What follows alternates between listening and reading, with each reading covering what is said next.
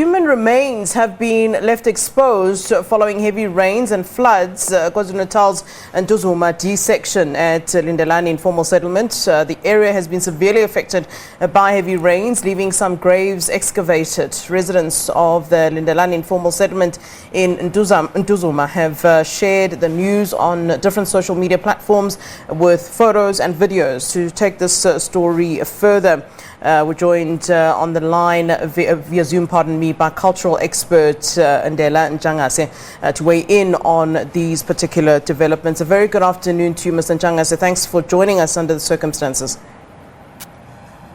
To you and your viewers. Let's talk about your initial reaction.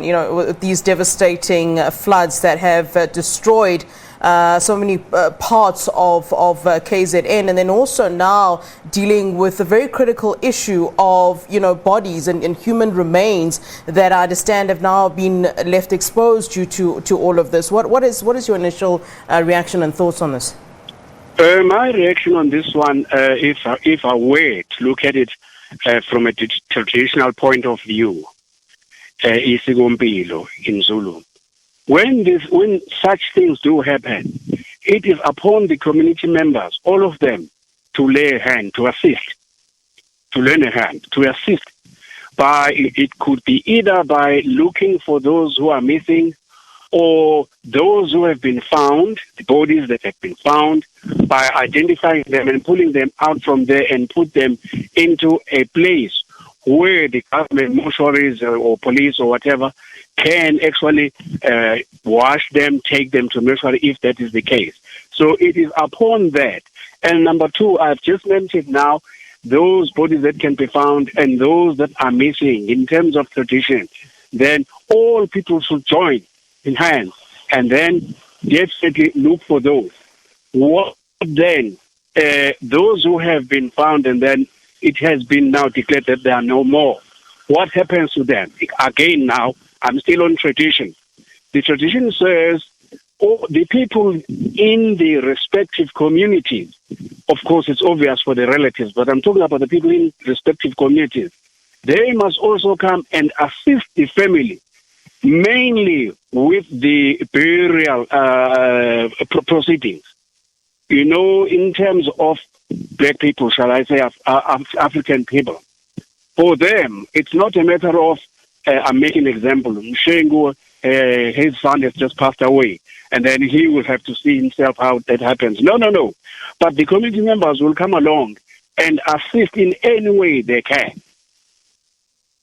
Are you still here? I'm listening, sir. But here's one of the problems is that in some instances it may be impossible, Ntshangase, to rebury, even identify those who had been buried years ago, and one wonders. I mean, you also rightly mentioned the fact that African people hold a very dear relationship with grave sites. We go there, we speak to our departed loved ones, for example. I mean, what do you say to people like that feel now they can't practice their traditional rituals or African rituals because of what's taken place? I mean, traditionally, then what would the next step then be in situations where we cannot, in fact, be able to retrieve those bodies of loved ones and be able to rebury? Well, if that is the case, it is the family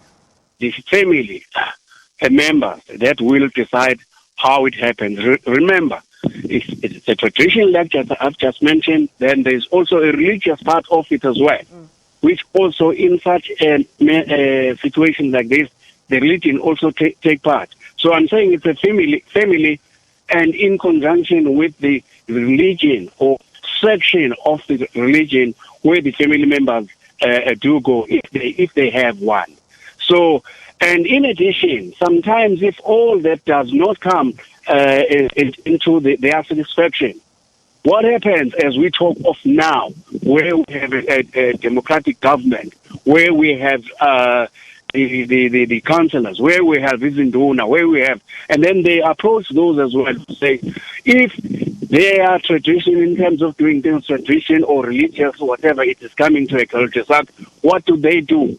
All those people then in conjunction, eventually at the end, there will be a way out, and then the loved one will be laid to rest peacefully and also in terms of respectfully. Yeah, in outside of, I mean, you mentioned the rituals, but outside of the retrieving of those bodies and reburials, which other rituals may then be performed? To kind of, I don't know, appease the ancestors. I mean, are we talking maybe a situation where we slaughter? What other traditions can be performed in order to when the dust has settled? Okay. You are calling them rituals, and in Zulu we call them imisebenzi. Yes. Which really are geared towards the ancestral spirit. Well, that one is clear. No problem in that one. That one is well known. It is well known in terms of the culture of those people who have experienced death in the family. It is well known in terms of the religion as well. Now let us focus in terms of the traditional African religion. They call it ATR. I call it Inkolo Yesintu, which is one and the same thing. Well, in terms of that religion, then, like you have just said, that's where people will communicate with the ancestral spirit. What happens then?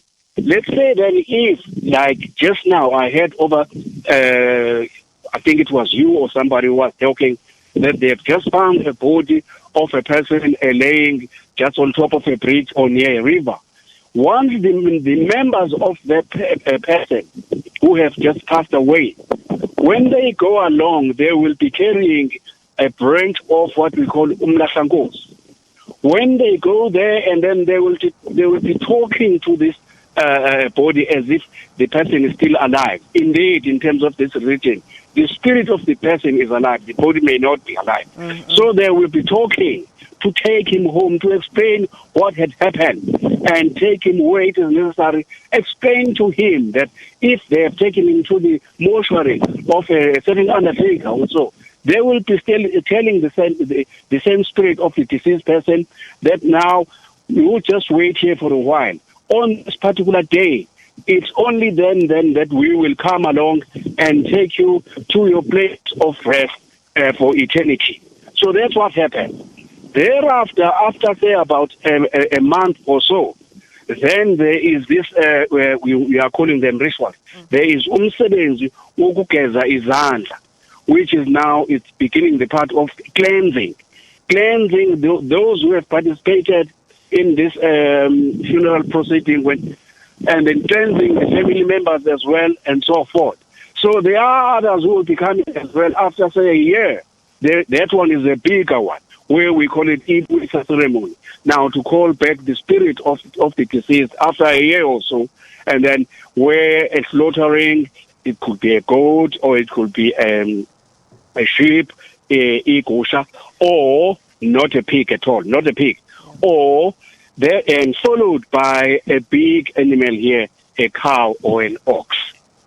All right. Thanks very much for weighing in for us and educating us indeed on the cultural aspects of this all. That is cultural expert Ndela Ntshangase.